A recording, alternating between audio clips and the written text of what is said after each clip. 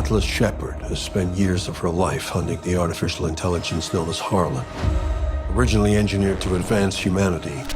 Simu, I have to say, you play the cold villain quite well. I mean, it's really amazing, especially opposed to what we've seen of you in Shang-Chi or even in Barbie. Do you find that it's like totally freeing playing a villain, or is it kind of a challenge to you? No, I think you hit the nail on the head. I think being a villain is very freeing. I mean, I think, playing a straight, lead character, like a straight man, comes with a lot of rules. It's a lot of, you can't do this, or you can't appear too much of this or that. You're juggling the thread of the story, and you've got to carry so much. And I feel like a villain has so much more of a blank canvas in front of them of like, what do you want to do? How do you envision, how do you envision your character? And Harlan, in particular, is one that, you kind of build from the ground up because he's not human.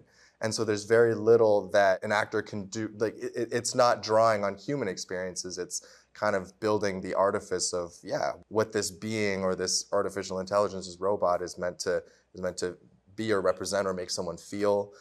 Working with Brad was really great in crafting both the look and the feel and the voice of what Harlan was. And we kind of settled on this kind of chillingly friendly almost in a way. Like, he's very gentle, because I always think back to how was Harlan made? What was he made to do? He was always made to be a friend to humanity and to serve humanity and to make humanity better. And so, I always like that in his voice, even though he can say the most evil things, like, I want to cleanse the earth in nuclear fire. Yeah, that's want to evil. purge the world of the vast majority of humanity. Like, he does so, but in matter-of-fact way. He's still so bound by his programming, of like... Yeah, I find like the scariest people that I've ever met are very quiet, and a few words says a lot, and a look can say a lot.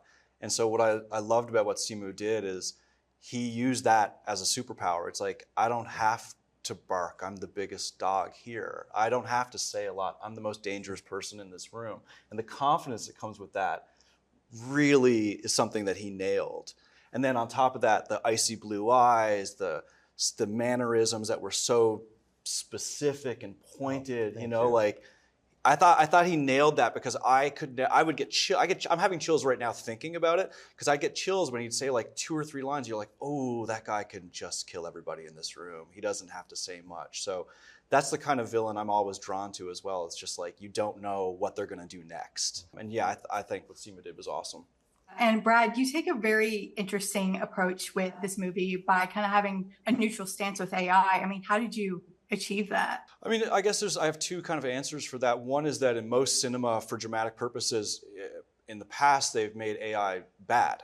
And I get it. But it's also a very sort of unnuanced approach to the reality of what I think is going to happen.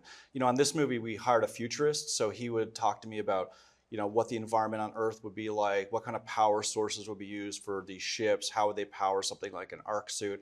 He talked a lot about AI, and the truth of it comes down to the fact that AI is going to become just a tool that we use, and by definition, no tool is good or bad. It's like a hammer can save a life or take a life. It's on the responsibility of the user. So a lot of my approach was that. The second thing is, the world that I see around me seems to be at a slight inflection point, and putting out negative or positive things, I think, has never been more important. And I want to be on the side of putting out positive things. So I want people to see a movie and have the choice of going, yeah, I get the horror of this thing going the wrong way, but I also now see the benefit if we use it correctly.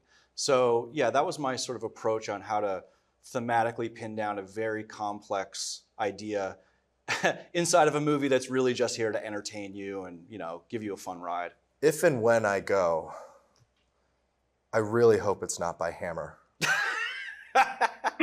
You were like, a hammer can take a life, and I'm like, that sounds painful. Or save, like build a house. Yes. That's what I was thinking, Simu. See, positive.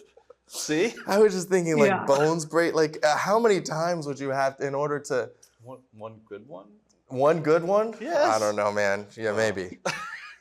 Maybe from really? the bodyguard that Yeah. we saw in photo call. Yeah.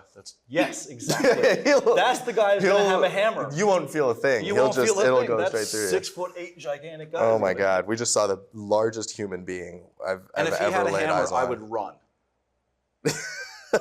Which is back to my point. Terrifying.